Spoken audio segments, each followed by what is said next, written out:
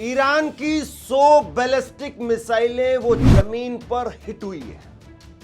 गौर से सुनिए, 100 बैलिस्टिक मिसाइलें वो जमीन पर जाकर के हिट होती हैं।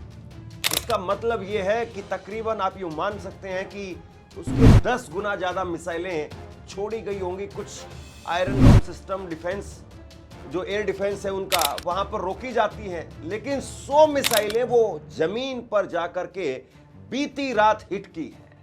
ये तस्वीरें आप जरा देखिए। ईरान की कई बड़ी मिसाइलें, और ये 61वीं लहर है जो ईरान की तरफ से जारी की गई है। 61वीं लहर है जिसमें मल्टी वारहेड खुर्रम 4 शहर मिसाइल वो दागी गई है, मल्टी वारहेड कद्र मिसाइल वो दागी गई है, इमाद मिसाइल वो दागी गई है, और खैबर शेकन मिसाइलें वो दागी गई है। और ये सब कुछ किस लिए किया गया है? क्योंकि ईरान के अंदर कल एक बड़ी शहादत हुई, अली लारिजानी की शहादत हुई, और बाकायदा अब इस बात को कंफर्म कर दिया गया है, ईरान की तरफ से स्वीकारा गया है। और उनकी शहादत की जैसे ही कल रात खबर सामने आई, उसके बाद में ताबड़तोड़ बहुत बुरी तरह से हमले हुए हैं इजराइल के अंदर। अमेरिकी बेस पर, बगदाद में, इराक में कई जगह पर हमले हुए हैं, और 100 मिसाइलें जमीन पर जाकर के हिट कर रही है।